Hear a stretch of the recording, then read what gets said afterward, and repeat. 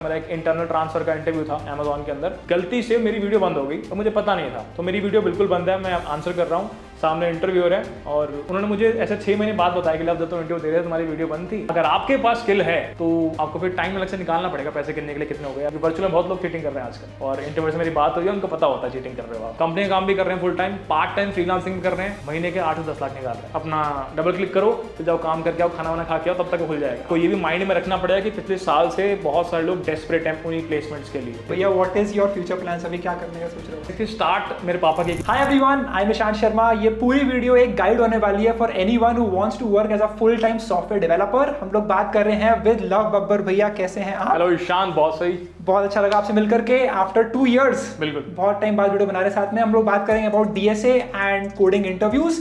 तो भैया how is life, क्या कर रहे हो आप? लाइफ बहुत अच्छी है दोस्त, और कुछ लोग जो नहीं जानते उन्हें थोड़ा सा इंट्रोडक्शन देता हूँ। So this is love Babbar. कुछ समय काम कर चुके हैं सॉफ्टवेयर इंजीनियर विद अमेजॉन, फिर उसके बाद कुछ समय काम कर चुके हैं as a software engineer with Microsoft, और आज के टाइम पर कोड हेल्प के लिए काम कर रहे हैं। बहुत सारे बच्चों को सॉफ्टवेयर इंजीनियर बनाने के लिए काम कर रहे हैं। ये छोटा इंट्रोडक्शन था, बाकी लाइफ बहुत अच्छी चल रही है, बहुत मजा आ रहा है। Amazing amazing. मैं आपकी वीडियोस देख रहा हूँ पिछले 2-3 साल से, जब से आप हैदराबाद में थे एज अ डेवलपर, फिर आप आगे प्रोग्रेस करें, आपने कंपनी ज्वाइन करी, फिर छोड़ दी, फिर ज्वाइन करी, फिर छोड़ दी।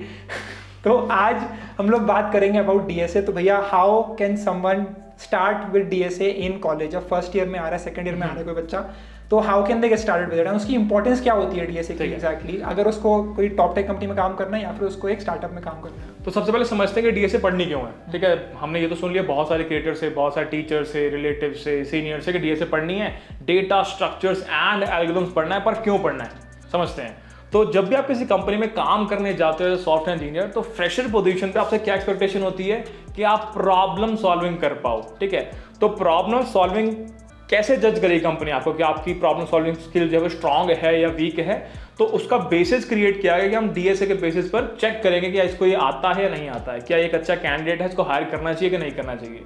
सो डीएसए एक ऐसी बार बना दी गई कि जिसके ऊपर क्वेश्चंस आपसे पूछे जाएंगे। अगर आप उन क्वेश्चन को सॉल्व कर पाते हैं डिफरेंट अप्रोचेस के साथ, अच्छी टाइम कॉम्प्लेक्सिटी, अच्छी स्पेस कॉम्प्लेक्सिटी के साथ, तो आपको एक अच्छा प्रॉब्लम सॉल्वर कहा जाएगा उस पर्टिकुलर इंस्टेंट ऑफ टाइम में, इंटरव्यू में। अगर आप नहीं कर पाते तो बोला जाएगा नहीं यार ये तो रेड फ्लैग, इसको हम नहीं लेंगे। तो डीएसए काइंड ऑफ इंपॉर्टेंट है, क्योंकि सामने जो कंपनी आपको 30, 40, 50 लाख का पैकेज देगी, वो आपको जज उस बेसिस पे कर रही है। आपको वहाँ पे परफॉर्म करना है इंटरव्यू के अंदर, आपको दिखाना है कि मेरे अंदर वो प्रॉब्लम सॉल्विंग माइंडसेट है। तो इसलिए आप डीएसए पढ़ रहे होते हो। अगर हम बात करें कि मुझे कहाँ से पढ़ना है, तो डिफरेंट तरीके के सोर्सेज हैं, और थोड़ा सा क्लैरिटी से पहले डीएसए होता क्या है, अंदर क्या क्या प्रकार की चीज़ें एग्जिस्ट करती हैं। तो डेटा स्ट्रक्चर्स, अगेन डेटा के ऊपर बहुत सारी बातें हम करते हैं। बहुत सारा डेटा हमारे पास के टाइम पे अवेलेबल है, किस प्रकार से आप उसको स्टोर करते हैं डेटा को, कैसे आप उसको एक्सेस कर पाते हैं, किस पर्टिकुलर बकेट से आप जल्दी एक्सेस कर पाएंगे, किस पर्टिकुलर बकेट से आप धीरे से एक्सेस कर पाएंगे, कहाँ पर सॉर्टेड डेटा होगा, कहाँ पर रैंडम डेटा होगा। तो ऐसे डिफरेंट आपके स्ट्रक्चर्स होते हैं, डिफरेंट बकेट्स होते हैं, उनको हम डेटा स्ट्रक्चर्स कहते हैं। स्टोर करने का तरीका अलग होगा, एक्सेस करने का तरीका अलग होगा, टाइम अलग होगा, स्पेस अलग तरीके से हैंडल कर रहा होगा, वो सारी की सारी चीज़ें डेटा स्ट्रक्चर को कह दिया। अब कोई पर्टिकुलर प्रॉब्लम मेरे पास है, उसको सॉल्व करने के लिए डिफरेंट तरीके होते हैं, एक प्रोसेस होता है, स्टेप 1, स्टेप 2, स्टेप 3, स्टेप 4, ऐसा कुछ होता है। उसको हमने एल्गोरिथम कह दिया। मैं चाय बना रहा हूँ तो चाय बनाने के लिए भाई पानी गर्म करना है, चीनी डालनी है, चाय पत्ती डालनी है, दूध डालना है, 4-5 स्टेप्स आगे। मैंने क्या बोला, क्या ये एल्गोरिथम है। तो इन पर्टिकुलर चीज़ों को हम लर्न कर रहे होते हैं। हमारे सामने एक प्रॉब्लम स्टेटमेंट आती है कि भाई ये एक बंदर है, बंदर बहुत सारे पेड़ों पर कूद रहा है, मुझे बताओ minimum time to do this XYZ thing. अब यहाँ पर आपको सोचना है कि कौन सा डेटा स्ट्रक्चर अप्लाई करूँ, कौन सी बकेट यहाँ पर फिट बैठेगी जहाँ पर टाइम कॉम्प्लेक्सिटी कम हो, जहाँ पर स्पेस कॉम्प्लेक्सिटी कम हो, कौन सी एल्गोरिथम अप्लाई करूँ जहाँ पर अगेन टाइम कम हो, स्पेस कम हो। उन सभी चीज़ों को ध्यान रखते हुए आप एक ऑप्टिमाइज सोल्यूशन क्रिएट करते हैं, और तब जाके आप आपका इंटरव्यूअर आपको कह पाता है कि हाँ भाई इसको सिलेक्ट कर सकते हैं। अब अगेन फिर सवाल वही है, कहाँ से पढ़ें? बहुत सारे टॉपिक्स हैं, एरेज पढ़ना है, लिंक लिस्ट पढ़ना है, stacks, queues, graph, heap, DP, trees, binary searches, बहुत सारे टॉपिक्स हैं, बहुत कुछ पढ़ना है। 3, 4, 5 महीने की मेहनत है, 400-500 क्वेश्चन को सॉल्व करने हैं। पर रिसोर्सेज, अब अगेन भिन्न प्रकार के रिसोर्स एग्जिस्ट करते हैं, फ्री भी होते हैं, पेड भी होते हैं। सबसे पहले बात करते हैं फ्री रिसोर्सेज के बारे में। सबसे पहले एक मिसकंसेप्शन है कि फ्री रिसोर्सेज उतने अच्छे नहीं होते या फिर उतने सीरियसली बनाए नहीं गए होते। ऐसा कुछ नहीं होता। बहुत अच्छे फ्री रिसोर्सेज यूट्यूब पर अवेलेबल हैं। बहुत अच्छे रिसोर्सेज आप गूगल करेंगे, आपको डिफरेंट प्लेटफॉर्म्स लाइक GFG पर आपको मिल जाएंगे। ठीक है, आपको ट्यूटोरियल्स मिल जाएंगे, वहाँ पर टेक्स्ट कंटेंट मिल जाएगा, अकॉर्डिंगली आप पढ़ सकते हैं और डिफरेंट डेटा स्ट्रक्चर एकदम समझ सकते हैं। वीडियो कंटेंट की बात करें तो हमारे एक चैनल है कोड हेल्प बाय बब्बर, जहाँ पर हमने 100 hours of content, 140 plus videos बनाई हुई है। आप जाके पूरा का पूरा कंटेंट वहां से एक्सेस कर सकते हैं, कुछ भी कॉम्प्रोमाइज नहीं है, फुल टॉप नॉच क्वालिटी, एकदम फ्री है। आपको करना क्या है, बस स्टार्ट करना लेक्चर नंबर 1 से, और 140 लेक्चर कंप्लीट करने के बाद आपका डीएस एकदम स्ट्रांग हो चुका होगा। तो भैया एक चीज जो किसी भी स्टूडेंट को लगती है वो होती है कंफ्यूजन, राइट। यहाँ पर सॉफ्टवेयर डेवलपमेंट कर सकते हैं, प्रोजेक्ट बना सकते हैं, खूब सारे वेब डेवलपमेंट में जा सकते हैं, एंड्रॉइड में जा सकते हैं, मशीन लर्निंग कर सकते हैं, उसके साथ में ओपन सोर्स में भी आ जाता है, राइट। तो इसमें उनको नेविगेट कैसे करना चाहिए कि मैं ओपन सोर्स करूँ या मैं वेबडी करूँ या मैं डीएसए करूँ, मैं क्या करूँ एग्जैक्टली? ठीक है, तो मेरे हिसाब से 4 फैक्टर्स हैं जिनका आपको ध्यान रखना है बहुत ज़्यादा, क्योंकि हमारा अगर सोल टारगेट है कि मुझे अच्छी कंपनी क्रैक करनी है, मेरे को 50 लाख का पैकेज चाहिए जब मैं कॉलेज से बाहर निकलूँ। सबसे पहले मुझे क्या करना है, सबसे एक प्रोग्रामिंग लैंग्वेज पकड़नी है। अब यहाँ पर बहुत ज़्यादा लोग टाइम वेस्ट करते हैं कि 15 दिन लग गए, मैं जावा कर रहा हूँ, वो C++ कर रही है, मैं C++ कर लेता हूँ, या मैं C++ कर रहा हूँ, वो जावा कर रहा है, मैं जावा कर लेता हूँ। इतना टाइम व्यर्थ नहीं करना, एक दिन लगाओ, एक दिन ज़्यादा मत लगाओ। तुम्हें जावा अच्छी लगती है वो कर लो, तुम्हें C++ अच्छी लगती है वो कर लो, नुकसान नहीं होगा किससे भी, ठीक है। अगर तुम एक लैंग्वेज अच्छे से कर चुके हो और किसी और लैंग्वेज में शिफ्ट करना है तो वो हद से हद 1 वीक का एफर्ट लगता है, तो इतनी बड़ी डील है ही नहीं वो। सबसे पहले आपको एक प्रोग्रामिंग लैंग्वेज अच्छे से करनी है। सेकेंडली, आप सिंटेक्स के ऊपर महारत हासिल कर चुके हैं, कंफर्टेबल हो चुके हैं, अब आप डीएसए पढ़ना शुरू करें। अगेन, डीएसए कितनी बड़ी चीज है, कुछ भी ज्यादा मुश्किल नहीं है। 4 से 5 महीने के अंदर 4 to 5 मंथ्स में अपने डीएसए बिल्कुल स्ट्रांग कर सकते हैं, ठीक है। टारगेट लेके चलो, मुझे दिन के 4 से 5 से 7 क्वेश्चन करना है, जो भी आपको कंफर्टेबल हो। 3 से 4 घंटे आपको देने हैं डीएसए पढ़ने में, क्वेश्चन सॉल्विंग के अंदर, और आपकी डीएसए स्ट्रांग हो जाएगी 4 से 5 महीने के अंदर। थर्ड, आपको काम करना है कोर सब्जेक्ट्स के ऊपर। जब इंटरव्यूज में जाते हैं, ठीक है, तो बेसिकली मेजॉरिटी केसेस में ऐसा होता है कि जैसे 4 राउंड हैं तो 4 में से 3 राउंड आपके डीएसए बेस्ड हो रहे हैं। बिग एमएनसीज की बात कर रहा हूँ, स्टार्टअप्स की बात नहीं कर रहा मैं। और एक जो सिंगल राउंड बचा, वहां पर आपकी 2 चीजें डिस्कस हो रही होती है। पहले आपके कोर सब्जेक्ट जैसे operating system, DBMS database management system, oops, networking, इनके ऊपर क्वेश्चन पूछे जा रहे होते हैं।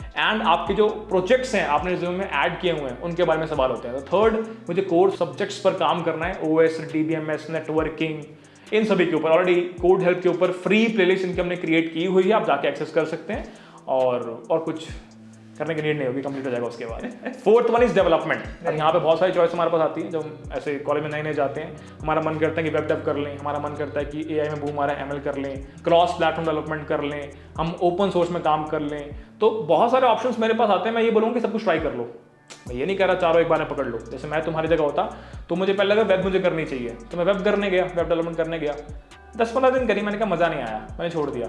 फिर मैंने कहा चलो एंड्रॉइड ट्राई करते हैं, मैंने एंड्रॉइड करी, मुझे मज़ा आया, मैंने कंटिन्यू की, ठीक है। तो किसी भी पर्टिकुलर फील्ड को पकड़ने से आपका नुकसान नहीं होगा, ये मैं मानना पड़ेगा। अगर मैं ये सोच लिया कि मैं एंड्रॉइड कर रहा हूँ पर रमेश तो वेब डेव कर रहा है तो वो तो जीत जाएगा, मैं नहीं जीत पाऊंगा, ऐसा नहीं होता।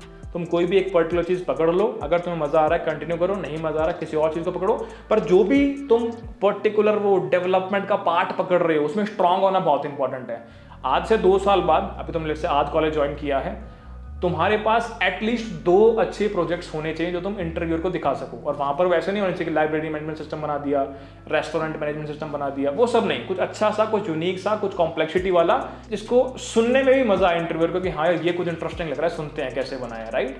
आपके पास सारे सवालों का जवाब होने चाहिए कि ये टेक क्यों यूज की, मॉन स्टैक किया तो क्यों यूज किया, क्या ऑल्टरनेटिव था, कहाँ पर आप इस प्रोजेक्ट के अंदर फंसे, कैसे आप उस पर्टिकुलर चीज़ से निकले, फ्यूचर स्कोप ऑफ इंप्रूवमेंट क्या है, वो सारे सवालों का जवाब के पास होने चाहिए। नहीं तो पता लग जाएगा तुमने कॉपी करा हुआ है दोस्त से, तो ध्यान से करना।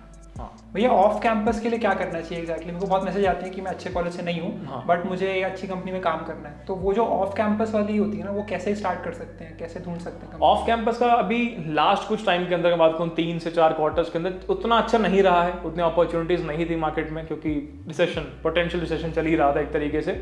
अभी जितना मैंने लोगों से बात की है, जितना मैं फाउंडर से कनेक्ट करता हूँ, जितना उनसे मैंने अपॉर्चुनिटीज के बारे में पूछा, क्योंकि मेरा पूरा स्पेस सॉफ्टवेयर इंजीनियरिंग वाला ही है, तो जिन लोगों को मैं जानता हूँ वो इसी स्पेस में काम कर रहे हैं, एजुकेशन स्पेस में काम कर रहे हैं, तो उनसे आइडिया मिलता रहता है कि मार्केट किस तरफ जा रही है, अभी डाउन जा रही है कि ऊपर जा रही है। तो अभी थोड़ा इमोशन ऐसा है कि अगले 3 से 4 महीने के अंदर चीज़ें ठीक होनी शुरू हो रही हैं, और आप अगले क्वार्टर के अंदर एक्सपेक्ट कर सकते हैं कि अपॉर्चुनिटी जो है ऑफ कैंपस की इंक्रीज करने वाली है। बट आपको ये भी माइंड में रखना पड़ेगा कि पिछले साल से बहुत सारे लोग डेस्परेट हैं उन्हीं प्लेसमेंट्स के लिए, तो अपॉर्चुनिटीज अब आएंगी 1 क्वार्टर के बाद, पर बहुत सारे लोग अभी भी डेस्परेट हैं। इन शॉर्ट, आपका कंपटीशन इंक्रीज करने वाला है। जो नंबर ऑफ चांसेस शायद आपको लास्ट ईयर या लास्ट ईयर 4 या 5 चांस मिलते क्रैक करने के लिए, इस बार शायद 2 या 3 मिले। तो you have to make sure कि जो मेरे पास टाइम बचा हुआ है इसमें प्रिपरेशन में अपने ध्यान दूं, ठीक है। और मुझे एक भी चांस मिले तो मैं उसको क्रैक कर लूँ। अब बात करते हैं ऑफ कैंपस अपॉर्चुनिटीज़ कैसे मिलती हैं। We have to make sure कि हम जितने बहुत सारे टेलीग्राम ग्रुप्स हैं जहाँ पर ऐसे इन्फॉर्मेशन शेयर होती रहती है, जैसे अर्श गोयल एक चैनल है, उनका भी टेलीग्राम ग्रुप है, आप वो ज्वाइन कर सकते हो। वहाँ पर वो शेयर करते हैं कि कौन कौन से अभी अपॉर्चुनिटीज़ लाइव है ऑफ कैंपस। पहला तरीका आपका हो सकता है। सेकंडली, लिंक्डइन में बहुत सारी अपॉर्चुनिटीज लाइव होती है। बहुत से लोग बताते हैं कि मेरी पर्टिकुलर टीम में हायरिंग है, अगर आप अप्लाई करना चाहते हो आप कर सकते हैं। बहुत अच्छे से लोग वहाँ पर भी हैं। लिंक्डइन पे आपको एक्टिव रहना पड़ेगा। थर्ड, आपने कुछ कंपनी टारगेट कर रही हो कि मुझे अमेजॉन जाना है, मुझे फ्लिपकार्ट जाना है, मुझे माइक्रोसॉफ्ट जाना है, मुझे गूगल जाना है, वहाँ दोस्त बनाना बहुत इंपॉर्टेंट है। दो तरीके होते हैं रेफरल के। रेफरल एक बहुत ट्रिकी चीज़ है, ठीक है, सुनने में आसान लगता है पर मुश्किल है बहुत ज़्यादा। कैसे? लेट्स से ईशान गूगल में काम कर रहा है और मैंने ईशान को बोला ईशान मेरा रेफरल लगा दो। ईशान ने सिर्फ रेफरल लगा दिया मेरा और रिक्रूटर से बात ही नहीं करी। मेजॉरिटी केसेस के अंदर मेरे पास टेस्ट का लिंक नहीं आएगा। ऑनलाइन असेसमेंट की बात कर रहा हूँ मैं। सेकंड केस लेते हैं, ईशान मेरा दोस्त है, मैंने बोला रेफरल लगा दो मेरा। ईशान ने रिक्रूटर को बोला एक्सप्लिसिटली जाके कि लव बब्बर नाम का कैंडिडेट है, बहुत अच्छा है, पर्सनली मैं जानता हूँ, ये रहा इसका रिज्यूमे, इसको प्लीज ऑनलाइन टेस्ट का लिंक भेजो। एक एक्स्ट्रा एफर्ट जो ईशान ने लगाया है, इसकी वजह से वो ऑनलाइन असेसमेंट का लिंक आएगा। मैंने पर्सनली ये चीज़ जब मैं अमेजॉन में 2.5 ईयर्स तक रहा तो मैंने जितने भी रेफर लगाए हैं सारे इसी प्रकार से लगाए हैं कि रेफर कर दिया ऑनलाइन टूल, जो भी हमारा इंटरनल टूल था वहाँ पर, साथ में जो भी रिक्रूटर उसको मैसेज किया कि इसको मैं पर्सनली जानता हूँ, मैं इसकी स्किल्स पर ट्रस्ट करता हूँ, आप कृपा करके इन्हें ऑनलाइन टेस्ट का लिंक सेंड करें, इन्हें एक बार अपॉर्चुनिटी प्रोवाइड करें। तो रेफरल के अंदर आपका कनेक्शन होना बहुत इंपॉर्टेंट है उस पर्टिकुलर कंपनी के अंदर, और वो कनेक्शन इतना स्ट्रांग होना चाहिए कि आपके लिए वो स्टैंड ले सके रिक्रूटर के सामने कि मैं इसको जानता हूँ, इसको प्लीज लिंक भेजो। एक बार अगर वो बात कर लेगा रिक्रूटर से तो रिक्रूटर पक्का लिंक भेजेगा या भेजेगी, पक्का। इस पर ध्यान रखना है। नेटवर्किंग स्ट्रांग होनी चाहिए आपकी, आपको अपनी आंखें कान खुले रखने के आसपास क्या चल रहा है। यहाँ तक कि फेसबुक के ऊपर भी आपको ऐसे गूगल फॉर्म्स मिल सकते हैं जहाँ पर लेट्स से डी शो की ऑफ कैंपस अपॉर्चुनिटी आपको मिल जाए। मुझे मिला था और मैं गया भी था। दिल्ली में एक होटल है दी ओबरॉय करके, तो वहाँ का एक्सपीरियंस भी लेके आया था वहाँ पे मैं। तो आंखें कान खुले रखो, बहुत सारी चीज़ आसपास चल रही होंगी, ध्यान रखो क्या चल रहा है, क्या चल रहा है, क्या चल रहा है। सारे के सारे ऑफ कैंपस सर्कल्स के अंदर, डिस्कॉर्ड सर्वर्स के अंदर, टेलीग्राम के अंदर एक्टिव रहो, हो जाएगा। पर हाँ, अब थोड़ा सा आपको प्रिपरेशन स्ट्रांग रखनी पड़ेगी क्योंकि कंपटीशन बहुत ज़्यादा होगा इस बार। आपने भी डीएसए वाले क्वेश्चन बताया कि प्रॉब्लम सॉल्विंग और लॉजिक बहुत इंपॉर्टेंट होता है, राइट? तो कैसे कोई बंदा डेवलप कर सकता है अपना लॉजिक? कई बार लोगों को समझ में नहीं आता कि इसमें क्या चीज़ लगाएं एक्जैक्टली प्रॉब्लम में। देखो बहुत सिंपल है। मेरे सामने कोई डीएसए क्वेश्चन जो आप सॉल्व करोगे, क्लासिकल क्वेश्चंस की अगर बात करें, लेट्स से किसी ने मुझे बोला कि ये ट्री है, इसका इन ऑर्डर ट्रैवर्सल कर दो, ये ट्री है, इसका पोस्ट ऑर्डर ट्रैवर्सल कर दो। ये तो बेसिक चीज़ है, मुझे साफ साफ बता दिया उसने क्या करना है। पर जो क्वेश्चंस आप ऑनलाइन टेस्ट में देखने वाले हैं वो किस प्रकार से होते हैं, एक कहानी बनाई उन्होंने कि भाई ये मगरमच्छ है, यहाँ पर n मगरमच्छ है, ये पानी है, पानी जो है ऐसा, ये नदी x किलोमीटर लंबी है। तो ऐसे कहानी से बना के आपसे पूछें बताओ मिनिमम टाइम कितना लगेगा, राइट? तो वहाँ पे सबसे पहली चीज़ मैं क्रैक कब कर पाऊंगा, पहली बात तो मेरे पास वो पूरा एक इन्वेंट्री होनी चाहिए दिमाग में कि हाँ ये एल्गोरिथम एग्जिस्ट करती है। इन्वेंट्री होनी चाहिए कि ये डेटा सेट एग्जिस्ट करते हैं। मुझे पता होना चाहिए कि स्टैक कब लगाते हैं, मुझे पता होना चाहिए क्यू कब लगाते हैं, मुझे पता होना चाहिए स्लाइडिंग विंडो कब लगती है, मुझे पता होना चाहिए डीपी कब लगती है। वो कैसे पता लगेगा मुझे? जब मैंने एक अच्छे अमाउंट ऑफ क्वेश्चंस उन पर्टिकुलर टॉपिक्स पे सॉल्व करूंगे। वो अच्छा अमाउंट क्या होता है, वो डिफर करता है हर व्यक्ति के लिए। किसी के लिए वो 10 क्वेश्चंस होते हैं कि 10 क्वेश्चन में कॉन्फिडेंस आ गया, किसी के लिए वो 25 क्वेश्चंस होते हैं कि मुझे उसमें कॉन्फिडेंस आ गया। तो एक सवाल बहुत कॉमन आता है कि भैया कितने क्वेश्चंस मुझे करने चाहिए मेरे डीएसए स्ट्रांग करने के लिए। तो वहाँ पे मैं एग्जैक्ट नंबर नहीं बता सकता आपको। मैं ये नहीं कह सकता कि आप 180 क्वेश्चन कर लो, मैं ये नहीं कह सकता आपको 450 क्वेश्चन कर लो, हर किसी का डिफर करेगा। आप कंफर्टेबल 100 क्वेश्चन फील कर सकते हो, आप कंफर्टेबल 400 में फील कर सकते हो। इंपॉर्टेंट ये है डीएसए सॉल्व करते हुए कि मैं पैटर्न फाइंड आउट कर पा रहा हूँ कि मेरे पास ये 10 क्वेश्चन थे जिनके अंदर मैंने स्टैक डेटा स्ट्रक्चर अप्लाई किया, क्यों, मुझे कैसे पता लगा इसमें स्टैक लगाना है, क्या मैं वो पैटर्न पकड़ पा रहा हूँ कि इस वजह से स्टैक लगाया था, मुझे अपने डेटा को रिवर्स ऑर्डर में देना था इसलिए स्टैक लगाया था, टॉपोलॉजिकल सॉर्ट इसलिए स्टैक लगाया था। जब मैं स्लाइडिंग विंडो की बात करूँ, क्या वहाँ पकड़ पा रहा हूँ कि यहाँ पे स्लाइडिंग विंडो की बात हो रही है, हर विंडो के बाद आगे बढ़ रहे हो। जब आप क्वेश्चन सॉल्व करो, आपको इसलिए सॉल्व नहीं करना कि आपने सिर्फ टेस्ट केस पास कराने हैं, आपको इसलिए सॉल्व करना है कि जब मैंने स्लाइडिंग विंडो के 10 क्वेश्चन सॉल्व कर ले तो मुझे पता होना चाहिए कि किस पर्टिकुलर लाइन को देखकर, किस पर्टिकुलर एक पॉइंट को देखकर मैंने मन बनाया कि इसमें स्लाइडिंग विंडो लगनी चाहिए। आपको पैटर्न्स फाइंड आउट करने हैं। आप पैटर्न्स एक बार फाइंड आउट कर लोगे तो उसके बाद आपको समझ में आएगा कि हाँ इस क्वेश्चन में ये लगाना है, इस कहानी में ये कहना चाह रहा है, इसमें बाइनरी सर्च अप्लाई करनी है, इसमें ग्राफ अप्लाई करना है, इसमें स्लाइडिंग विंडो अप्लाई करनी है, इसमें ग्रीडी अप्लाई करनी है। वो विद टाइम आपको आएगा।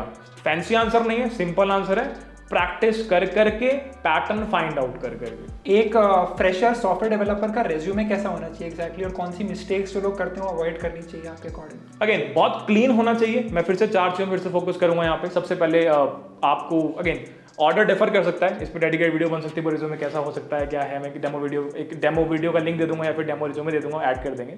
आप चाहो तो मैं सेक्शन आपको बता सकता हूँ। सबसे सेक्शन में आपने बता दें कि आपकी जो स्कूलिंग है या फिर आपका जो कॉलेज है उसमें परसेंटेज आपकी कितनी है, टोटल जीपीए कितनी है। जनरली ऑन कैंपस के अंदर ये वाला सेक्शन मैंडेटरी होता है, कॉलेज वाला आपसे ऐड करवाते हैं। सेकेंडली आप बताते हो कि आपके टेक स्टैक कौन कौन से हैं, आपको कौन कौन से प्रोग्रामिंग लैंग्वेज आती है, आप वेब डेव करते हैं तो कौन सा स्टैक कर रहे हैं, मर्ज स्टैक कर रहे हैं, मीन स्टैक कर रहे हैं, और एक्स्ट्रा चीज़ें आपको जैसे स्प्रिंग बूट आपको आता है वगैरह चीज़ें आपको आती है, तो आप बताएंगे टेक स्टैक में काम कर चुका हूँ, ठीक है। इस प्रकार अभी सब कुछ नॉर्मल है, ये सब कुछ हर कोई इसमें ठीक कर रहा होता है, कुछ इसमें मुश्किल नहीं है। सबसे इंपॉर्टेंट यहाँ पर आता है इसमें प्रोजेक्ट वाला सेक्शन। तो प्रोजेक्ट वाला सेक्शन बहुत इंपॉर्टेंट है, वहाँ पे आपको बताना होता है कि मैं इस प्रोजेक्ट पे काम कर रहा हूँ। प्रोजेक्ट का लिंक जो कि गिटहब पर पॉइंट कर रहा होगा, कोड बेस आपका पूरा का पूरा।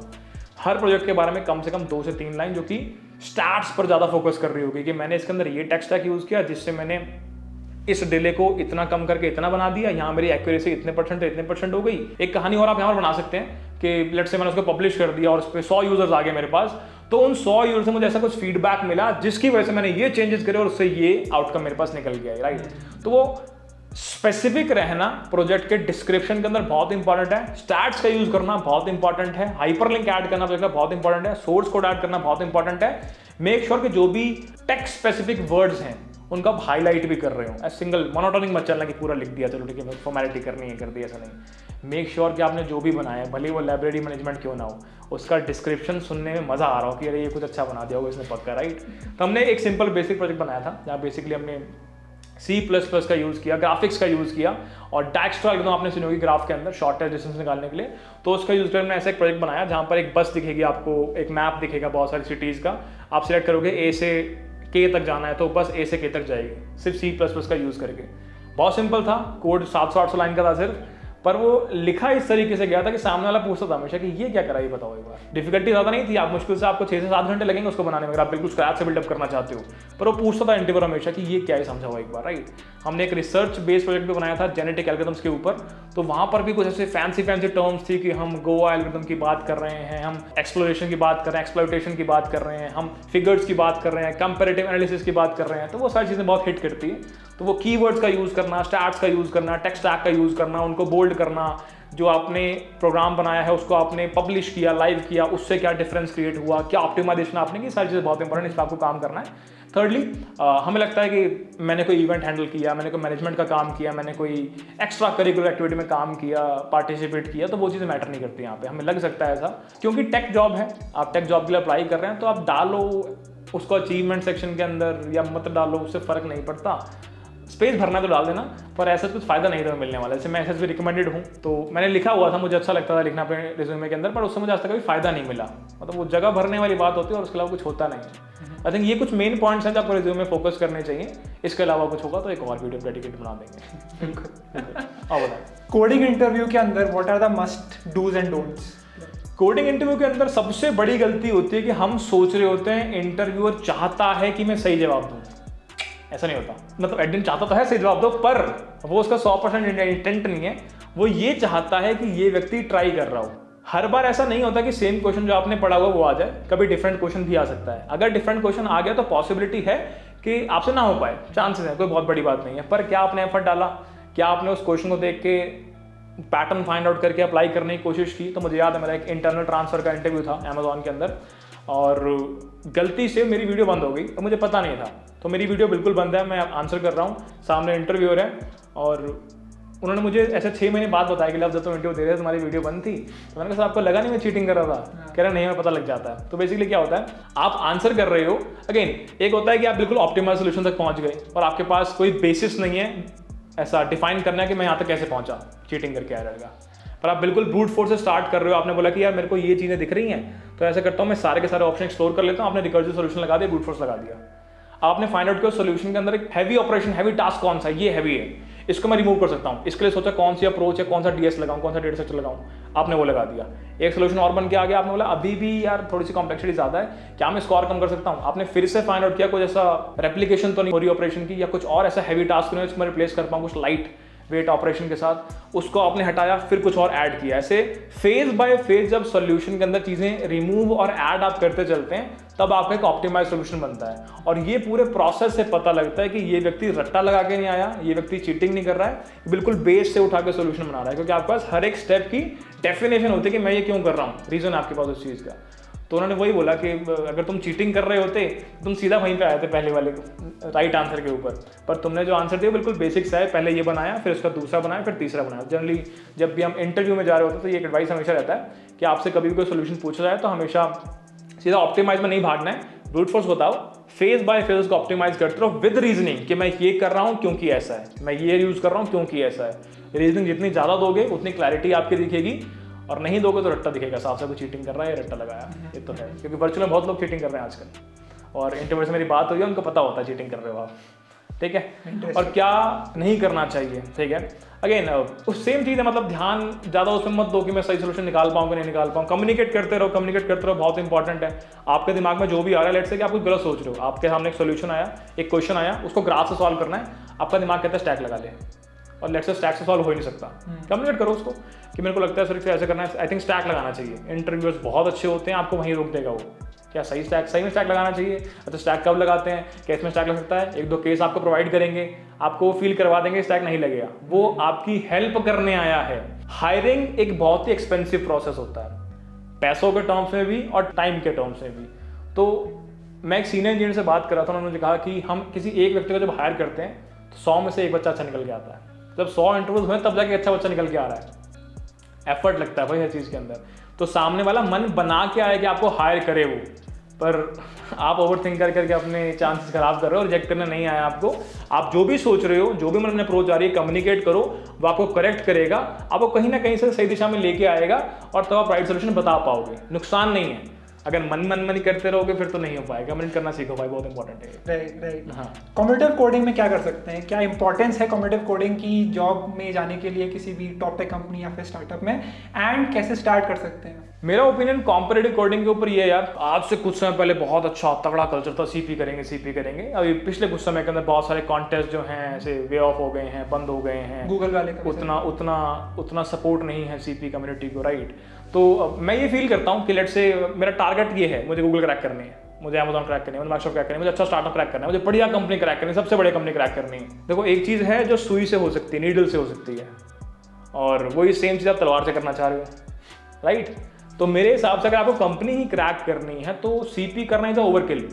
मैं ये नहीं कह रहा हूँ बेकार है वो, मैंने नहीं बोला ये चीज़, मैंने बोला इफ़ यू लाइक इट, अगर आपको पसंद है सीपी करना, आपको मज़ा आ रहा है, ऐसा एड्रेनलिन निकल रहा है आप में, तो मज़ा आ गया भाई, ये तो करना है, तो बड़ा स्पोर्टी सा लग रहा है, कर लो, कर सकते हो, कोई इशू नहीं, नुकसान नहीं होगा। बट अगर टारगेट सिर्फ वही है कि मुझे गूगल क्रैक करनी है, मुझे वो बड़ी कंपनी क्रैक करनी है, तो वो विदाउट सीपी भी हो सकता है, डेफिनेटली हो सकता है, ठीक है। अब तुम्हें मज़ा आता तो तुम कर सकते हो सीपी, बहुत अच्छी बात है। बट अगर टारगेट कंपनी क्रैक करना है, तुम्हें डीएसए से बात बन जाएगी। हाँ, ये मैं कह सकता हूँ कि सीपी अगर तुम कर दो, तुम्हारी और स्पीड और इंक्रीज कर जाती है क्वेश्चन सॉल्व करने की। तो गूगल का राउंड है 45 मिनट्स का, बहुत ज़्यादा आपको फायदा मिलने वाला है वहाँ पर। आप ऐसे फॉलोअप क्वेश्चन का आंसर कर दोगे, ऑप्टिमाइज अप्रोच बता दोगे, फटाफट से कोड कर दोगे, आपको आदत पड़ चुकी है टाइमर के अंडर कोड करने की, राइट। अच्छी प्रैक्टिस, अच्छी एक हैबिट आपकी बन जाती है। बट हाँ, मैं पर्सनली फील करता हूँ अगर कंपनी क्रैक करनी है तो सीपी करना है ओवरकिल। बट अगर आप करना चाहो, आपको मजा आता है, आप डेफिनेटली कर सकते हो, ऐसा कुछ बुरी चीज़ नहीं है, अच्छी चीज़ है। एक रैपिड फायर राउंड करते हैं साथ बिल्कुल में, करते हैं, है ना। सबसे पहले बताइए कोडिंग लैंग्वेज कौन सी चूज करनी चाहिए डीएसए के लिए, पाइथन, सी प्लस प्लस या फिर जावा? C++। Thank you. क्योंकि मैं वो यूज़ करता हूँ मजाक कर रहा हूँ। तो अगर मेरे पास दो चॉइस है यार, अगेन जब किसी कॉलेज में जाते हैं तो मैं स्टार्टिंग में सी लैंग्वेज सिखाई जाती है, एक लेटर सी करके यशवंत कनेक्ट करके किताब होती है, तो वो सिखाई जाती है। तो हमारा एक बेस बिल्डअप होता है सी लैंग्वेज के साथ। तो जब मैंने सी कर लिया तो वहाँ पर सी से शिफ्ट करना C++ काइंड ऑफ ईजी होता है। आप रिलेट कर पाते हो कि ठीक है ऐसा कुछ पढ़ा था, ठीक है ऐसा कुछ पढ़ा था। बट अगेन मैंने ही करी है तो मैं फील करता हूँ कि सी के बाद C++ का ट्रांजिशन उतना मुश्किल नहीं होता। पर लेट्स आपने सी ही नहीं करी, लेट्स आपने कोई भी लैंग्वेज नहीं करी और अब आपके पास चॉइस है, और मेरा कोई छोटा भाई, मैं छोटे भाई मुझे सजेस्ट करना है कि भाई क्या करना है, तो उसको जावा ही बोल सकता हूँ। क्यों? क्योंकि जावा में वो क्वेश्चन भी सॉल्व कर सकता है, जावा में वो डेवलपमेंट भी कर सकता है। अगेन मैं यहाँ पर थोड़ा सा डाइसी रहूँगा, मैं 50-50 रहूँगा। मैं कभी भी यहाँ पे एक श्योर आंसर नहीं दे पाऊँगा C++ ही करो या जावा ही करो, क्योंकि तुम दोनों में से कुछ भी कर लो, तुम्हारा कोई भी नुकसान नहीं है। दोनों ही केसेस में तुम्हारा फायदा ही फायदा है, तो कुछ भी कर सकते हो, नुकसान नहीं है। भैया कोडिंग के लिए लैपटॉप कैसे चूज करना चाहिए किसी बच्चे को? अभी सेल चल रही है आजकल, तो फर्स्ट ईयर में अगर कोई है उसे लैपटॉप चूज करना है, कैसे चूज करें? तो लैपटॉप एक बहुत इंपॉर्टेंट सब्जेक्ट है। मुझे याद है मैंने अपना लैपटॉप पूरा 1 साल होने के बाद लिया था। मैंने सोचा कि मैं दोस्त के लैपटॉप से काम चला लूँगा, बट ठीक है। अगेन 2 ऑप्शन हमारे पास होते हैं मेजर, कि हम विंडोज़ लैपटॉप ले लें क्योंकि वो थोड़ा बजट के अंदर ज़्यादा आ रहे होते हैं। सेकेंडली एप्पल मैकबुक हम ले लें, वहाँ पे अमीरी भी झलक रही होती है और मज़ा भी आ रहा होता है, हल्के भी होते हैं, ईंट जैसे नहीं होते विंडोज़ लैपटॉप की तरह। तो 2 ऑप्शन है। सबसे पहले बात, अगर मेरे पास बहुत सारे पैसे हैं, पैसे की कोई भी कमी नहीं है, तो मैं ज़्यादा सोचूंगा नहीं, मैं चुपचाप जाके मैकबुक अच्छा सा लेके आ जाऊंगा। और क्योंकि मेरे पैसे हैं तो मैकबुक प्रो ले आऊँगा। अब ये थी इलॉजिकल बात, क्योंकि पैसे हैं तो फिर मैं सबसे महंगा लैपटॉप ले लूँगा जो हल्का भी होगा, स्पेक्स भी ज़्यादा होंगी, सारे के सारे सॉफ्टवेयर जो मैं रन करना चाहूँ, चाहे एडिटिंग सॉफ्टवेयर हो, चाहे वो डेवलपमेंट का कोई सॉफ्टवेयर हो, कोई आईडी हो, वो उसमें रन कर सकता हूँ, ठीक है। पर मेजॉरिटी के पास बहुत सारे पैसे नहीं होते, मेजॉरिटी को थोड़ा ऐसा वैल्यू फॉर मनी वाली चीज़ लेके आनी पड़ती है, ठीक है। तो मुझे याद है जो लैपटॉप मैं लेके आया था अराउंड 53,000 के आसपास का था। अब वहाँ पर क्या क्या मैं सोचना होता है उसका डिस्कस कर लेते हैं। तो मैंने कहा कि मुझे एंड्रॉइड डेवलपमेंट करनी है, मेरा एंड्रॉइड स्टूडियो अटकना नहीं चाहिए, ऐसे ग्लिच नहीं आना चाहिए, हैंग नहीं होना चाहिए मेरा कंप्यूटर, मुझे गेम डेवलपमेंट करनी है, मुझे ML कैसे मॉडल्स ट्रेन करने हैं, बहुत GPU जहाँ पर लगने वाला है, वो सारी चीज़ें मुझे चाहिए। तो I have to make sure कि मेरे पास ऐसा 16 GB रैम हो तो अच्छी बात है, पर कम से कम 8 GB रैम तो होनी ही चाहिए, ठीक है। इससे नीचे मत जाना। थोड़े मतलब हाई लेवल स्पेक्स आपको बताऊंगा, ज़्यादा डेप्थ में नहीं जाएंगे अभी। सेकेंडली SSD तो होनी ही चाहिए, बिना SSD के तो कोई लैपटॉप लेना ही मत। मुझे नहीं पता शायद अभी आते भी हैं बिना SSD के सिंपल हार्ड डिस्क वाले, पर SSD चाहिए ही चाहिए, बहुत ज़्यादा इंपॉर्टेंट है। तो आपके सारे के सारे सॉफ्टवेयर लैग कर रहे होंगे, आपको मज़ा नहीं आएगा, लगेगा सेकेंड हैंड लैपटॉप किसी का ले लिया है, बेकार, ठीक है। अगेन GPU बहुत इंपॉर्टेंट है, मुझे ग्राफिक कार्ड होना ही चाहिए मेरे लैपटॉप के अंदर कम से कम। मतलब अगर मेरे से कोई पूछेगा तो मैं बोलूँगा कि इसे 4 GB तो होना चाहिए, क्योंकि जब मैं गेम डेव के प्रोग्राम रन करूँगा, जब मैं एंड्रॉयड स्टूडियो रन कर रहा हूँ, तो बहुत ज़्यादा दिक्कत होती है कि अगर आपका एंड्रॉयड स्टूडियो 2 मिनट लेके ओपन हो रहा हो। मैंने खुद पर्सनली रन किया है बहुत सारे लैपटॉप्स पे, अपना डबल क्लिक करो, फिर जाओ काम करके आओ, खाना वाना खा के आओ, तब तक खुल जाएगा, ठीक है। तो ये चीज़ें हमें नहीं चाहिए। तो मैं ये बोलूँगा कि भले 3-4 महीने रुक के ले लो, पैसे इकट्ठे कर लो बहुत सारे, और एक अच्छा सा लैपटॉप लेके आओ, ठीक है। जैसे ऐसे हम जंग में उतरते थे तो हमारी तलवारों पर धार होनी चाहिए थी, जैसे बढ़िया बढ़िया हथियार हमारे पास होने चाहिए थे, उसी प्रकार ऐसा कोडर के लिए उसका हथियार उसका लैपटॉप होता है। तो लैपटॉप बहुत इंपॉर्टेंट है। You have to make sure कि टॉप नॉच हो, you have to make sure कि जो भी आप उसमें रन करना चाहते हो वो रन होता हो, लैग नहीं होना चाहिए, हैंग नहीं होना चाहिए। कल को प्लेसमेंट के टेस्ट में बैठो किसी कंपनी के, हैंग कर गया तो बहुत इंपॉर्टेंट चीज़ है, इसका ध्यान रखना है। फर्स्ट ईयर में जो बच्चा आता है बहुत एक्साइटेड होता है कि भाई सब कुछ कर लूंगा मैं, हाँ। राइट। तो बहुत सारी चीज़ें ट्राई करता है, जैसे ब्लॉकचेन हो गया, जैसे AI हो गया, AR VR हो गया, नई टेक्नोलॉजी आ रही है, जनरेटिव AI हो गया। तो क्या उनको करना चाहिए, they should strictly just focus on DSA? नहीं, बिल्कुल भी दोस्त, DSA तो आपको करनी ही करनी है। तो जो मेरी स्ट्रैटेजी रहती थी, मैं ऐसा मंडे टू फ्राइडे DSA करता था, 3-4 घंटे मैंने DSA कर ली, 4-5-6-7 क्वेश्चन कर लिए। सैटरडे संडे मेरा फिक्स था डेवलपमेंट के लिए, और डेवलपमेंट के लिए मैंने कहीं मन नहीं बनाया कि मुझे पक्का यही करना है या मुझे पक्का ये करना है, इसके आगे पीछे मैं नहीं जाऊँगा, पक्का इसी में लगे रहना, ऐसा कुछ नहीं होता। हो सकता है आपको 15 दिन वेब डेव करने में मजा आ रहा है, उसके बाद नहीं आ रहा। तो मेरे साथ यही हुआ, मैंने सबको वेब डेव करते हुए देखा, मैंने कहा ये मुझे करना चाहिए, मैं ट्राई करने गया, मेरे को मजा नहीं आया, मैंने कहा नहीं ये नहीं कर पाऊंगा, मैं अभी तो नहीं कर सकता मैं ये। फिर मैंने सोचा एंड्रॉइड ट्राई कर लेते हैं। मैं एंड्रॉइड करने गया, मेरे को मजा आने लग गया। मैंने खुद के ऐप क्रिएट किए, अपने फोन में डाल के इंस्टॉल करके चला रहा हूँ, दोस्तों से बात कर रहा हूँ, मैसेंजर ऐप बना दिया अपना खुद का, दोस्त हम उससे बात कर रहे हैं, हमारा प्राइवेट ग्रुप बना पड़ा वहाँ पे, राइट। तो अगर मेरे दिमाग में बहुत सारे डाउट्स आ रहे हैं कि मैं AR करूँ, VR करूँ, ML में जाऊँ, एंड्रॉइड में जाऊँ, वेब में जाऊँ, सब कुछ ट्राई करो। जो चीज़ आपको हिट देगी, जिस चीज़ में आपको मज़ा आएगा, आप उसको कंटिन्यू कर पाओगे, बाकी चीज़ें नहीं कर पाओगे। मैंने दंगल देखी, मेरा मन कर रेसलिंग कर लूँ, मैंने MS धोनी मूवी देखी तो मेरा मन कर क्रिकेट खेल लूँ, पर नहीं खेला ना भाई, जैसे मज़ा आता है उसे कंटिन्यू किया। पर हाँ, ट्राई जरूर किया कि मैं अखाड़े में जाकर ट्राई करके आता हूँ 4 दिन क्या होता है। लगता भी आपको देख करके 4 ही दिन गया था वैसे उसमें। बट हाँ, ये सबके साथ होता है, सबका मन करता है A भी बन जाऊँ, B भी बन जाऊँ, C बन जाऊँ, D बन जाऊँ, पर ट्राई करो, जो आपके लिए बना है वो कंटिन्यू कर पाओगे, जो आपके लिए नहीं बना है वो सब खुद ही छोड़ दोगे कि नहीं यार ये नहीं करना। इंटर्नशिप कैसे ले सकते हैं, ये और कौन से ईयर में लेना सही है? इंटर्नशिप मेरे हिसाब से आपको फर्स्ट ईयर के बाद ही ट्राई कर लेनी चाहिए, ठीक है। हमारे कॉलेज में क्या था कि आपके 2 साल खत्म होंगे स्टार्टिंग, उसके बाद इंटर्नशिप के लिए कंपनीज कैंपस में आती थी, ठीक है। पर बहुत सारे बच्चे ऐसे थे जिन्होंने ऑफ कैंपस इंटर्नशिप क्रैक की। अब ऑफ कैंपस अच्छी कंपनी में इंटर्नशिप मिलना, वो भी इतने अर्ली स्टेज पे थोड़ा मुश्किल होता है। तो जनरली लोग क्या करते हैं, स्टार्टअप्स जो होते हैं उनके अंदर ज़्यादा अप्लाई कर रहे होते हैं, क्योंकि उन्होंने अपना टेक स्टैक क्रिएट कर लिया होता है कि मैं इस पर्टिकुलर टेक स्टैक पे काम कर रहा हूँ। तो स्टार्टअप में वो अप्लाई करते हैं और 2 महीने की इंटर्नशिप वहाँ पर करके आते हैं। तो आई थिंक आप हर 1 साल बाद, जब भी आपकी समर वेकेशन स्टार्ट होती है, जब भी आपका इवन सेमेस्टर खत्म होता है, आप इंटर्नशिप के लिए अप्लाई कर सकते हैं, या फिर लेट्स से आप पैरेलली करना चाहते हैं, रिमोट इंटर्नशिप करना चाहते हैं, कभी भी कर सकते हैं। और बहुत इंपॉर्टेंट है, अगेन जो आप ये इनिशियल इंटर्नशिप कर रहे हैं, यहाँ पर एक ही मोटो हमारा होता है, पैसे कमाना मोटो नहीं होता, बड़ी कंपनी के साथ काम करना मोटो नहीं होता, सिंगल मोटो होता है कम से कम टाइम के अंदर बहुत सारा ज्ञान लेना है। क्योंकि स्टार्टअप कल्चर जो होता है वो यही होता है कि बहुत कम टाइम के अंदर बहुत सारी मेहनत करनी है और अपना लर्निंग कर्व ऐसा ऊपर जा रहा होता है। तो स्टार्टिंग में इंटर्नशिप का यही इंटेंट होना चाहिए। विद टाइम जैसे सेकंड ईयर खत्म हो गया, थर्ड ईयर खत्म हो गया, आप इंटर्नशिप द्वारा टारगेट कर रहे हैं, तो वहाँ पर इंटेंट क्या होता है इंटर्नशिप का कि अब मैं ऐसी कंपनी में जाऊँगा जहाँ पर मुझे उनके टेक स्टैक पे काम करने में मज़ा आता है। अब मैं एक ऐसी कंपनी में टर्न करने जाऊंगा जहाँ पे मैं फुल टाइम ऑफर में कन्वर्ट करना चाहता हूँ। तो ये सारे इंपॉर्टेंट फैक्टर्स आपको बाद में देखने हैं, पर इनिशियली जब आप कॉलेज के फ्रेशर ईयर्स के अंदर हैं तो आपको लर्निंग पे फोकस करना है, सिर्फ स्किल पे फोकस करना है कि भाई यहाँ पे 2 महीने काम करके मेरा टेक स्टैक है, मेरा स्किल सेट ग्रो करना चाहिए बहुत ज़्यादा, बहुत इंपॉर्टेंट है वो। एक रिमोट सॉफ्टवेयर इंजीनियर की जो ड्रीम होती है राइट, कि आप घर पे बैठ करके यूएस कंपनी यूके कंपनी के काम कर रहे हो, कितनी रियल है? How feasible is it for someone? बहुत ज़्यादा रियल है। अगर मैं बात करूँ तो वैसे तो मैं अमेजॉन में काम कर रहा था, मैं अपना आपको रिमोट इंजीनियर नहीं कह सकता, पर काइंड ऑफ रिमोटली में काम कर रहा था। कैसे? तो there is a model called away engagement model. तो मैं अपनी टीम से, मेरे गुड़गांव में टीम थी, बट मैं एज अ रिसोर्स काम कर रहा था सियाटल बेस्ड एक टीम के लिए। तो सियाटल में एक टीम थी, वो किसी पर्टिकुलर XYZ प्रोजेक्ट पर काम कर रहे थे, तो मैं फ्रॉम इंडिया उस प्रोजेक्ट पर कंट्रीब्यूट कर रहा था। तो मैं काइंड ऑफ कह सकता हूँ मैं रिमोटली वहाँ पर काम कर रहा था, राइट। मेरी प्रेजेंस वहाँ पर फिजिकली नहीं थी, पर जिस प्रोजेक्ट पर वो काम कर रहे हैं वहाँ पर मैं काम कर रहा हूँ। काइंड ऑफ एक Tier 1 प्रोजेक्ट था वो, अगर वो रुक जाए तो ऐसे इंडिया में पूरे ऑपरेशन रुक जाए। तो रियल है और एग्जिस्ट करता है और इम्पैक्ट बहुत ज़्यादा होता है इन चीज़ों का, बहुत पावरफुल आप फील कर रहे हो। तो मैंने काम किया इस तरीके से भी। राइट। भैया एक फ्रीलांस सॉफ्टवेयर डेवलपर के लिए माइंडसेट क्या होना चाहिए? अगर मेरे को फ्रीलांस करना है सॉफ्टवेयर डेवलपर, तो मैं क्या कैसे स्टार्ट करूँ? आई थिंक सबसे इंपॉर्टेंट, सबसे पहले फ्रीलांसिंग के अंदर आप काम करना चाहते हो, टेस्टिमोनियल बहुत इंपॉर्टेंट है, ठीक है। स्टार्टिंग में आपको पर्टिकुलर पहला प्रोजेक्ट फाइंड आउट करना या एक अच्छा प्रोजेक्ट फाइंड आउट करना बहुत डिफिकल्टी होने वाली है। तो आपको सबसे पहले क्या करना है, आपको शुरू में अगर फ्री में भी काम करना पड़े 3, 4, 5, 10 प्रोजेक्ट के लिए आपको करना चाहिए। उससे आपके टेस्टिमोनियल स्ट्रांग हो पाए, आपकी रेटिंग स्ट्रांग हो पाए, ठीक है। जिससे आप बता सको कि मैंने ये चीज़ें पर्टिकुलर डिलीवर की हुई है और सामने वाले व्यक्ति एक इमेज पोर्ट्रे कर पाए आपकी कि हाँ ये कर पाएगा या नहीं कर पाएगा, राइट। आपका एक अच्छा पोर्टफोलियो होना चाहिए कि मैंने ये सारी चीज़ें क्रिएट की हुई है, ये सारे मेरे प्रोजेक्ट्स हैं, ऐसे फ्रंट एंड के मैंने कुछ चीज़ें बना रखी है, ये सारे वो डिज़ाइंस हैं, ये बैक एंड हैं। अब चाहो तो ऐसा कुछ अचीवमेंट टाइप भी लगा सकते हो कि यहाँ मैंने ये इशू फेस किया जिससे मैंने ये कन्वर्ट कर दिया, या ये पूरा प्रोडक्ट था जहाँ पे ये इशू वो फेस कर रहे थे मैंने इसको ऐसे रिजॉल्व कर दिया। तो ट्रस्ट जनरेट करने के लिए आपने सबसे पहले वाला काम कर लिया, ठीक है। सेकेंडली अगेन बहुत ही ज़्यादा लर्निंग कर्व वाली जॉब है, ठीक है। ऐसे नहीं कि आपने सिर्फ एक टेक्सटाइल पकड़ लिया और आप वहाँ बैठे हो कि अब इससे ऊपर काम आएगा तो ही मैं काम करूँगा, ठीक है। आपकी डिपेंडेंसी भी यहाँ पर फ्रीलांसिंग में बहुत ज़्यादा होती है। मेरे साथ एक पूरी टीम फ्रीलांसिंग की काम कर रही है जहाँ पर टोटल 4 डेवलपर्स हैं, 2 फ्रंट एंड के हैं, 2 बैक एंड के हैं। उनमें से कोई भी ऐसा नहीं है कि जो अकेला बोले कि मैं अकेला पूरा प्रोडक्ट बना दूंगा, राइट। सब मिलके काम कर रहे होते हैं। तो आपको अगर एक टीम भी ऐसी पूरी की पूरी मिल जाए जो कि काम कर रही है, तो आपको उनका टीम के साथ भी काम आप कर सकते हो। You have to make sure कि आप कॉन्स्टेंटली जो भी नई नई चीज़ें मार्केट में आती जा रही है उन पर आप सीखते जाएं, ऐसे लर्न करते जाएं और नए नए स्किल को अप्लाई करते जाएं अपने आने वाले प्रोजेक्ट्स के अंदर।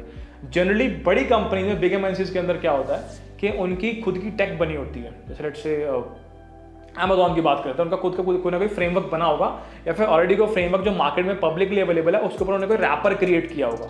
तो जो कोड आप वहाँ पर लिखने वाले हो वो बाहर नहीं चलेगा, वो आपका सिर्फ अमेजॉन के अंदर ही चलने वाला है। अगेन फ्रीलांसिंग की जब मैं बात करता हूँ तो फिर आपको जो पब्लिक टेक अवेलेबल है, जो टेक स्टैक बाहर पब्लिकली अवेलेबल है, उन पर आप काम करने वाले हो। क्योंकि डेव के अंदर क्या होता है, बहुत जल्दी जल्दी चीज़ें रिवाइव होती है, नए नए वर्जन, नए अपडेट आते रहते हैं। तो आपको बिल्कुल ऐसा सतर्क रहना पड़ेगा। अच्छा ये कुछ आए पढ़ लेते हैं, ये कुछ आए पढ़ लेते हैं, इससे ये फायदा हो रहा है, इससे ये फायदा हो रहा है। जो पुरानी ऐसी टेक्निकल इशूज़ फेस आप करते हो तो उनका आप रिजॉल्व कर पाओगे। तो लर्निंग का बहुत ज़्यादा है। अगर लर्निंग से डरते हो तो फिर मत घुसो इस फील्ड के अंदर, ठीक है। कोई फायदा नहीं तुम्हारे यहाँ पे आने का। लर्निंग बहुत ज़्यादा आपको करनी पड़ेगी। आपको शुरू में फ्री में भी काम करना पड़ सकता है। थर्ड, हमेशा ऑप्शन जब भी मिले ऐसे सिंपल टास्क, ऐसे कॉम्प्लेक्स टास्क के अंदर, you have to choose the complex task कि भाई ये मुझे करना है, क्योंकि इसको जब करूंगा एक तो कंप्लीशन के बाद सेटिस्फैक्शन मिलेगी और इसको कंप्लीट करने की जर्नी के अंदर बहुत सारी लर्निंग्स मुझे मिलने वाली है। अगेन पैसे बहुत बहुत बहुत ज़्यादा है। मेरे बहुत सारे दोस्त हैं जो कि अभी IBO में काम करते हैं, कंपनी में काम भी कर रहे हैं, full time part time freelancing भी कर रहे हैं, महीने के 8 से 10 लाख निकाल रहे हैं। वहाँ पर उनकी सैलरी शायद 3 या 3.5 लाख होगी, पर फ्रीलांसिंग से वो महीने के 8-10 लाख निकाल रहे हैं डेव के अंदर। और डेव के अंदर, टेक के अंदर, सॉफ्टवेयर स्पेस के अंदर बहुत बहुत बहुत ज़्यादा पैसे हैं। अगर आपके पास स्किल है तो आपको फिर टाइम अलग से निकालना पड़ेगा। पैसे गिनने के लिए कितने हो गए, बहुत ज़्यादा हो गए। बढ़िया, बहुत अच्छा लगा आपसे बात करके। भैया what is your future plans? अभी क्या करने का सोच रहे हो? अभी सबसे बड़ा फ्यूचर प्लान है कोड हेल्प को ग्रो करना है। अगेन कोड हेल्प एक ऐसी कम्युनिटी है जिसकी स्टार्ट मेरे पापा की एक लाइन से हुई थी। तो जब मेरी प्लेसमेंट लगी, मैं आपने मुझे एक चीज़ कही कि अब हमारी तो लग गई, हमारे जैसों की लगवानी है, अपने जैसों की लगवानी है। तो उनका कहने का मतलब था कि फाइनेंशियली हम इतने स्ट्रांग नहीं है, हमारी प्लेसमेंट लग चुकी है, अब चीज़ें हमारी सॉर्टेड हो जाएंगी। पर जो लोग फाइनेंशियली वीक हैं, हमारे जैसे हैं, उतने स्ट्रांग नहीं है फाइनेंशियली, उनकी हेल्प हमें करनी है। तो कोड हेल्प वहीं से स्टार्ट हुआ कि हम कुछ ऐसा कंटेंट फ्रीली अवेलेबल करवाएंगे अपने चैनल के ऊपर, जहाँ से अगर कोई व्यक्ति तो कुछ भी अफोर्ड नहीं कर सकता पर पढ़ने का मन बहुत है, सॉफ्टवेयर इंजीनियर बनने का मन है, पैसे लेके आने का मन है, अपनी फैमिली को फाइनेंशियली स्ट्रांग करने का मन है, तो यहाँ से वो कंटेंट कंज्यूम करेगा, इंटरव्यू देगा, इंटरव्यू क्रैक करेगा, हमें पार्टी देगा और फिर चिल करेगा। तो कोडल को और बड़ा करना है, जहाँ पर आज 4 लोगों की मदद कर पा रहे हैं, वहाँ पे कल 4000 लोगों की, 4 करोड़ लोगों की मदद करेंगे। इंटेंट यही है दोस्त, बाकी कर लेंगे, समय लगे थोड़ा सा। बढ़िया, all the best, thank you so much. Thanks for inviting दोस्त, बहुत मजा आया। अगर आपको ये वीडियो अच्छी लगी तो मेक श्योर कि आप सोशल मीडिया पे से शेयर करो, टैग करो बब्बर भैया को एंड मेरे को, and thanks you for watching this video बिल्कुल। And we'll see you in next one. धन्यवाद एवरीवन। बाय।